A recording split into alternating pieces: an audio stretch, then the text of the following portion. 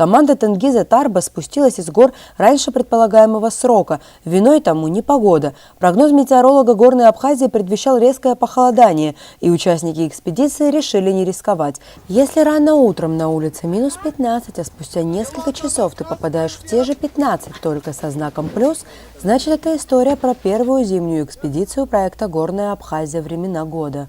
Уставшие, сонные, соскучившиеся по благам цивилизации, но такие довольные. Вертолет команды «Горной Абхазии» ближе к полудню понедельника приземлился в международном аэропорту Сухум имени Владислава Ардзинба. Участники экспедиции выгрузили десятки сумок, экспедиционное снаряжение. Но самое главное, что привезла команда Тенгиза Тарба – знания, эмоции и, конечно, фото и видеоматериалы. Ну, мои новые эмоции, наверное, новые ощущения, это когда мы от нашего базового лагеря в районе Верхней Аватхарской поляны на 4 человек начали подъем к озеру Мзы, и дальше через 3 дня погода просто испортилась, и мы вышли к хребту Ацетук. Это вот была такая одна из наших задач. И мой новый опыт – это то, что в альпийской зоне пропадает рельеф местности, ты его не видишь. И вот впереди идущий тебя, например, твой напарник, он начинает как бы этот рельеф рисовать. Помимо открытий в мире горном, главной целью проекта остается еще и открытие Горной Абхазии как уникальной туристической зимней базы. Если мы начинаем предлагать что-то миру, предположим, вот сейчас одна из задач проекта «Горная Абхазия. Времена года» – это предложить зимний туризм в Абхазии. Мы должны становиться экспертами в этой области. У нас должны быть люди, которые все знают об этом, знают все нюансы и знают, с чем может столкнуться турист, который решил подняться в горы Абхазии зимой.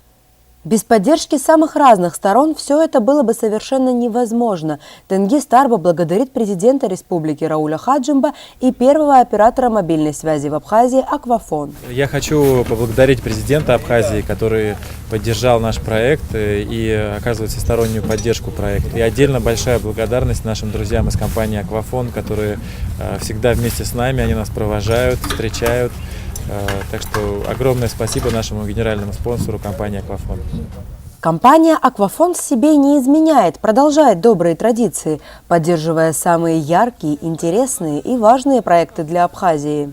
Ну, компания «Аквафон» не только в данном случае, вообще уже так принято, что мы поддерживаем самые громкие патриотические проекты и сами их инициируем. Сейчас ребята, вот организаторы и инициатор проекта, очень ответственно подошли, то есть, глядя на них, понимая, что нет ничего невозможного.